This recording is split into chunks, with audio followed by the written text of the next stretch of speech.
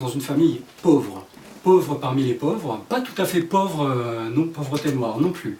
Hein, il le dira pendant toute sa vie, la pauvreté peut générer de l'angoisse, elle peut générer la mort, mais elle peut aussi générer du bonheur. Il en tirera d'ailleurs un roman publié en plein milieu de la Seconde Guerre mondiale, c'est pas un hasard, hein. Si Gallimard décide de sortir ça en 1942, qui s'appelle Le pain des rêves. Les souvenirs d'un petit garçon dans une ville de province, qu'on imagine bien être Saint-Brieuc, qu'on sait être Saint-Brieuc, ses souvenirs à lui en quelque sorte, même si la ville de Saint-Brieuc n'est jamais nommée à aucun moment, on sait qu'on a affaire à cette ville-là.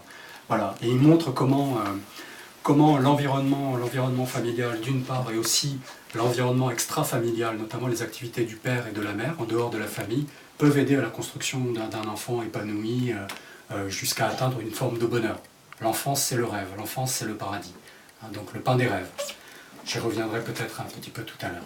Donc il naît néanmoins dans une famille assez pauvre. Son père va avoir une influence déterminante sur sa construction en tant qu'individu parce qu'il est cordonnier d'une part, mais surtout il est très impliqué dans la vie syndicale, qui est naissante à l'époque en France, notamment à gauche.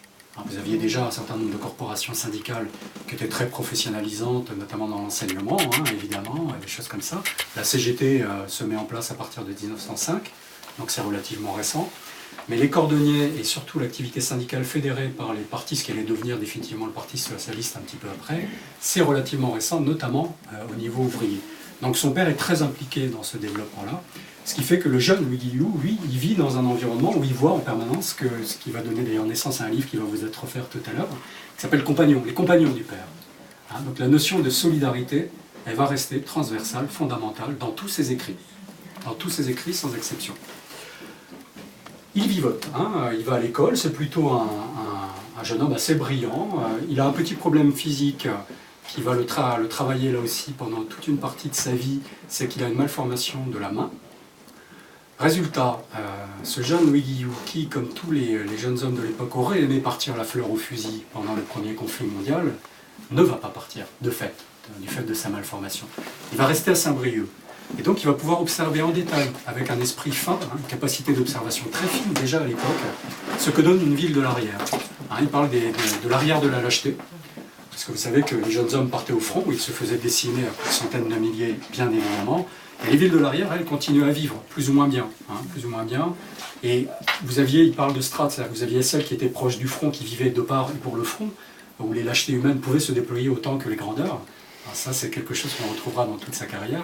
Et puis, vous aviez les villes de ce qu'il appelait le centre autour de Paris, puis après, vous arriviez vraiment sur les villes de l'arrière, les villes de la façade océanique. Et c'est là, souvent, qu'on envoyait les soldats qui étaient blessés, où on va retrouver le père de Camus tout à l'heure. Là aussi, j'y reviendrai. Donc, il observe ce qui se passe dans sa ville, et ça va donner, en 1935, un des plus grands romans du XXe siècle français, qui s'appelle Le Sang Noir, qui est son œuvre phare. Mais auparavant, Guillou, il a fait tout un tas d'autres choses. Le Sang Noir n'est pas le premier roman de Guillou. Il quitte Saint-Brieuc dès 1918, après une carrière d'étudiant, de lycéen bonne, mais assez chahutée en ce sens qu'il abandonne ses études. Il a une bourse, il réussit à obtenir une bourse. C'était la voie royale pour aller vers des études de lettres, et puis ensuite éventuellement devenir enseignant, comme il le voulait au début de la Première Guerre mondiale. Il veut d'abord être ouvrier, puis il veut partir à la guerre, puis ensuite, à force de fréquenter un petit jeune homme qui s'appelle Jean Grenier, qui est très brillant, qui est au lycée catholique, pas très loin de la bibliothèque municipale actuelle, il se dit je vais peut-être devenir professeur moi aussi. Voilà. Et puis finalement il sent bien que ça ne l'intéresse pas trop tout ça, parce que quand on est professeur, il paraît qu'on a une hiérarchie qui est parfois très pesante, avec des inspecteurs qui peuvent vous dire vous faites ci, vous faites ça, voilà.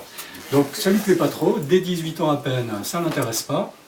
Il prend le train à Saint-Brieuc à la gare, pas la gare actuelle, c'est encore la gare qui correspond au restaurant universitaire aujourd'hui, vous passerez peut-être devant tout à l'heure, et il part à Paris, comme tout bon breton qui se respecte, jusqu'à récemment d'ailleurs, il part à Paris, les mains dans les poches pour ainsi dire, il a deux